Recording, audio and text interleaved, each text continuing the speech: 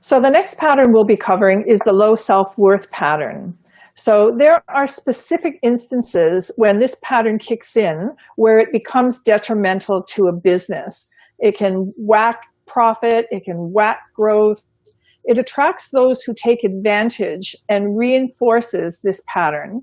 Other people can use guilt and story to manipulate a business owner who has a low self-worth pattern. So oftentimes it surfaces around anything involving money. So when we're setting prices or increasing prices, setting boundaries around what our services might include, offering discounts, what happens for the business owner is there's this feeling of almost being sick to their stomach. The low self-worth pattern really does a number on the business owner from a physical perspective. They don't feel good enough. It happens when they don't feel good enough or worthy enough of accepting what we would call fair exchange of energy. So we're providing a service or a product, and we deserve as business owners to receive financial compensation or financial exchange. Money is actually just a form of energy. So it's something that, we are entitled to. But when you have this low self-worth pattern, it can really do a number on the way you look at things, the basic fundamental reason for being in business, which is to make money. Per, I had a client that I worked with not too long ago who was a beautician. And she was one of her part of her low self-worth pattern was that she offered discounts to attract new clients into the business. And what I found is that, it's one thing to offer a loss leader to attract new clients. But what this client was doing is that after the discount period, after the campaign was finished, she continued to charge at the lower rate. So, the specials, she thought was giving her an opportunity to market. And in fact, what it was an opportunity for her to lower her prices and keep them lower. Of course. Yeah. And as you mentioned, this pattern can have a really big impact when the business owner also has the people-pleasing subpersonality, which this client that I worked with did. So what she tried to do one of her strategies to try and make up for this, discounted prices, she would oftentimes show her clients other things that she had in her shop, like crafts that she had made. And it was, here's this beautiful candle, or here's this, and try and encourage them to buy those things. But of course, it was easy for those clients to say, oh, no, thanks, I'm not interested, because they had really nothing to do with what they were there for, the original reason for their visit to the business. So part of the pattern has to do with not wanting to appear greedy or bad or wrong. They don't want to be seen as someone who takes advantage of people, when in fact this pattern sets them up for other people to take advantage of them. Yeah, the low self-worth, one of the terms that I've always used, and by the way, we could speak for an hour on how the low self-worth parts of the personality, if they're running rampant, can impact business so badly, business development so badly. We don't have an hour, but we'll chunk it into a couple of key things, as you've already started to do. Just coming back to what you said before about pricing, a way of looking at it is that the value we put on ourselves will tend to be projected into the value that we give our services and products, that they're not separate because they're ours. So if you've got low self-worth, which is low self-value, you'll tend to look at what you do and go, you'll diminish that as well. And you'll tend to look at other people's products and services and think, well, they're better, they're more experienced than me.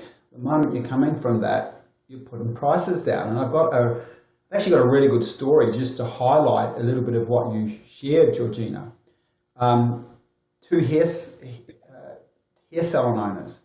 One salon owner with really real low self-worth aspects in her consciousness that controlled her decision making. So when she priced at the low end of the market. And So when she priced at the low end of the market, she was making an unconscious agreement. So she said, well, you know, through my low self-worth, I think that my hairstyles are only worth this little bit of money. So I'll charge that. And then all the price shoppers came around and they go, oh, that's cheap. And they wanted cheap hairstyles. So she ended up with a whole clientele of people that were what we call price shoppers, not quality shoppers. They're not there for the quality. They buy on price. Another salon owner, and I'm going to say this before I go any further, who had no more skills than the salon owner with low self-worth, but they had high self-worth, said, you know what, I'm really amazing at what I do. I'm really, really good. So they projected their self-worth, their high self-worth into their prices. I'm not going to charge that. I'm worth 3 times that. Anyway, that's what they ended up doing. They charged 3 times the price of the person with the low self-worth who priced at the low end of the market, even though they were the same. I'll tell you how we know they were the same, because both of these people were my clients, by the way. And the one with the high self-value that projected that into the pricing of their hairstyling services ended up with clients who also agreed with them and went, you're worth it. You must be worth it. If you're charging that, you must be amazing. And they'd go in there and they'd walk out feeling really special. And I'm going to tell you, the difference in lifestyle between these two people was immense. The one that charged less, she just spent her whole life working like a dog. No holidays, hardly any money. And the one that had the high self-worth and priced it accordingly to her high self-worth had the most amazing lifestyle, luxury cars, you know, and managed to sell her business for a lot of money when she sold it.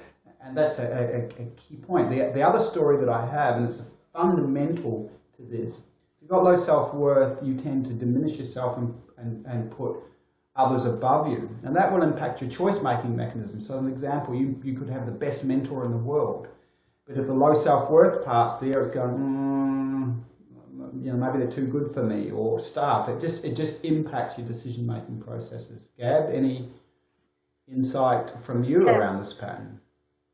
Just another general thing that I find with this pattern is that the clients that I've worked with, the 2 areas that I really see the dysfunctional parts of the low self-worth are always profits and growth. But just something that I find fascinating about the pattern is that with all the clients that I've worked with, that the low self-worth pattern, and it's probably with other patterns as well, but it's magnified as profits grow and as business development is implemented into the business. So as soon as somebody with a low self-worth pattern, in my experience, has started to gain more profit, that is when the sabotage starts to kick in with the low self-worth, so that they don't have to feel it. Or if their business starts growing, or they start to move in the right direction for themselves and for their business, that's when a lot of the sabotaging around the low self-worth will kick in, so that they don't have to have good things in their business or in their life, so that they can stay without an awareness of the low self-worth and doing something like this work where they can bring in an observing and awareness to the low self-worth. You'll continue to sabotage yourself throughout your business and your life, so that you can kind of recreate the experience of low self-worth, because high self-worth to somebody with this pattern is completely threatening and dangerous. Yeah. It's like, what? No. I think what's really it goes interesting, against everything they've ever known or believed. Yeah, I think what's really interesting about what you're bringing up, Gab, is, and this is really important to understand, worth is related to deservability. Yes. If you've got low self-worth, that part of you feels that you don't deserve good things, because whatever the story is of that part, I'm not good enough, is usually one of the stories associated with low self-worth. I'm not good enough. I'm not as good as other people. Now, you've got to understand that an archetypal pattern that exists in most of the world, and you'll recognize it straight away, is if I'm good, I get rewarded. So if you grow up in the Christian tradition, if you're a good boy or a good girl, you go to heaven. You get Christmas presents. You know, if you're a good boy or a good girl, mum and dad reward you. If you're not good, you get punished and go to hell, and you get the presents taken away and you don't get rewarded. and vice versa. You go into any area in the world and you'll basically see that map of belief structures on an archetypal level. So if we feel like we're not good enough, the immediate follow-on from that is we don't deserve. And coming back to what Gabs just said, you've got to understand that the scripts or the beliefs associated with these parts, so as an example, a low self-worth part feeling not good enough, wants to prove itself to be true. And so it wants to ensure that you don't do too well because its belief system says, I'm not good enough. So it's going to keep making choices and rejecting good things based on that script. And that's what you're talking about.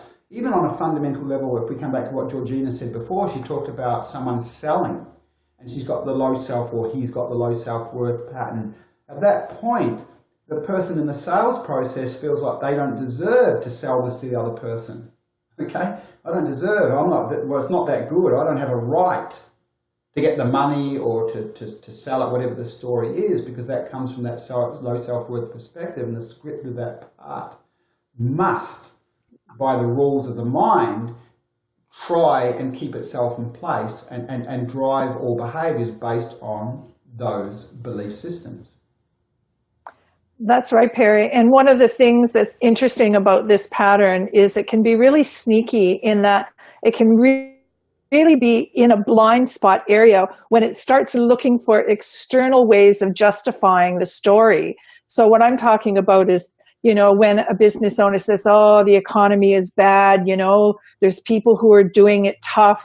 I remember being in a workshop with you, in fact, where there was someone who was in a farming community and said, oh, the farmers just don't have, they don't have the money. I can't charge the farmers. So, to look externally for validation of the low self-worth story or to keep that low self-worth story in place is, you can find that evidence externally if you're looking for it, if you have that pattern. Yeah, and interesting that you say that. I don't remember the incident, but you can see that if someone had high self-worth projected into the service offering, again, self-worth gets projected, as I said before, into your service or products, they'd be feeling like, the farmers need this. What I have provides so much value. What I've got to offer them is just incredible, that they need this. They need to buy this. And because it's so good, I deserve the money. You can see the complete difference in the tone and the energy that's brought to the sales process.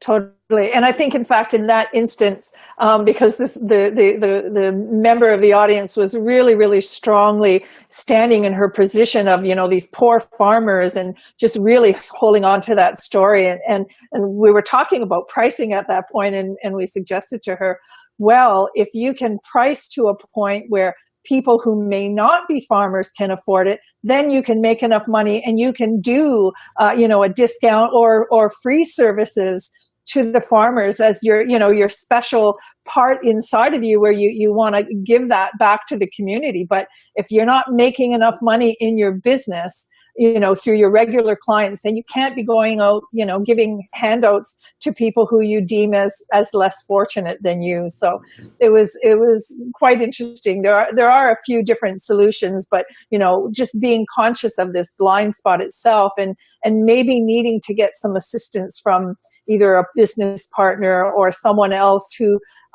can double check or triple check your thoughts around pricing if you have this pattern is a good idea. Or perhaps, having the prices posted clearly where your clients can see them. So there's no question about what do I owe you? It's in black and white. It's there. That's why restaurants have menus with prices. So, Gab, anything from you before we finish off with this low self-worth pattern? No, I'm good. Great. There we go. Low self-worth pattern. I think we spent about 10, 12 minutes on it. We could speak for hours on this because of how much it impacts every area of business. We only have a little time to do it. I hope you get a lot from it.